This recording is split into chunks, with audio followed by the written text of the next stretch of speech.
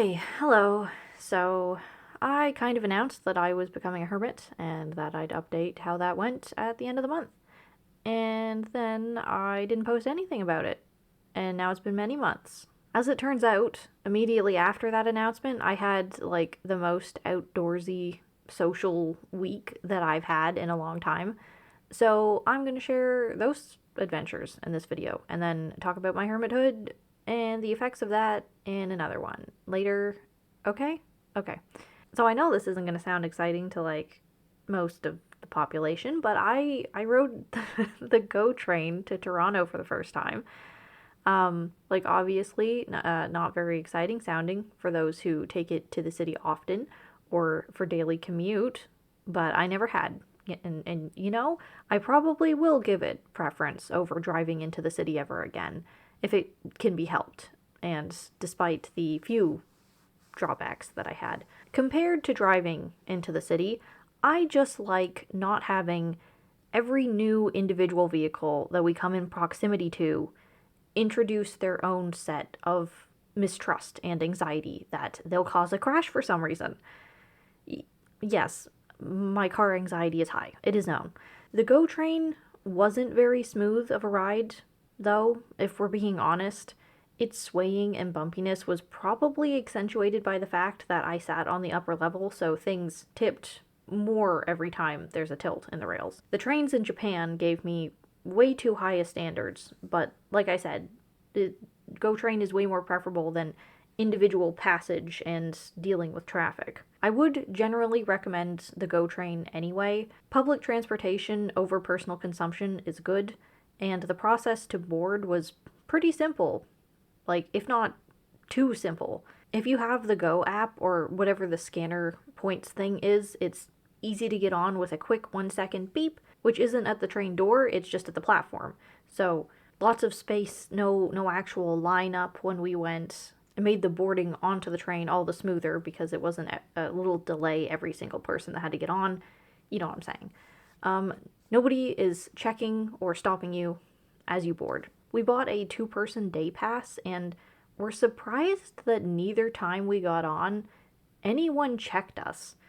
It's kind of an honor system. The negative thing about the GO train experience, though, is that I'm always baffled by people who have no consideration for public space and the level of noise that they make. I got on the train during other people's morning commutes, so it was doubly surprising that others who are doing the same, presumably going to their jobs, and this is a very frequent thing for them, are still making noise. Like listening to their phones out loud. You'd think they'd know better and have headphones. Like, everyone has headphones nowadays. It only costs a couple bucks to get a really crappy pair at the dollar store and be considerate. It's crazy those behaviors not just exist, but continue to this day, because there's no way that's their first offense, and that nobody has shut them down up until this point.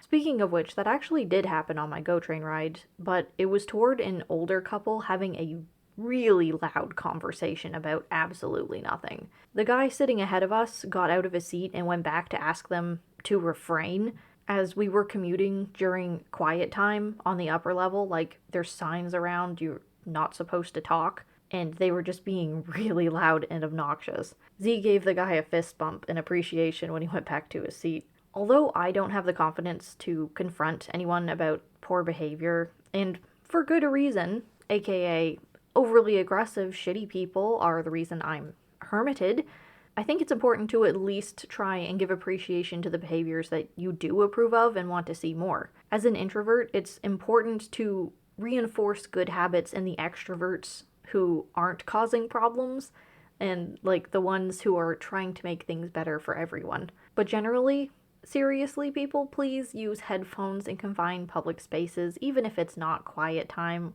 or a designated quiet zone. If you're just sitting there listening to music or watching a game show or some crap, what a lot of people raised in neurotypical oriented systems who never face particular struggles don't consider is how small things to them can be big things to others. I'm not diagnosed with anything. I primarily find people blasting shit on their phones just annoying, but in spaces like GO trains, I spent the ride with earplugs in so I didn't get overstimulated before I even got to my destination. And no, earplugs aren't always enough. I can still hear things. People are literally that loud. That's the problem. That's the line where it's just like it stops becoming a just me problem and it starts becoming a you are a problem. And honestly, sometimes like in this situation when you're in a space with so many strangers in a unfamiliar place, sometimes the nebulous, undefined noises going on around me while I'm wearing earplugs is more stressful to deal with, as it can also be stressful not knowing what's happening exactly. And just that is a lot. So there really is no excuse for contributing to the cacophony. Be considerate. That's my 2 cents on GO trains and noise in public spaces. Thanks for listening. Comment if you can relate. Have any differing perspectives or things to add. More vloggy anecdotes soon. Bye.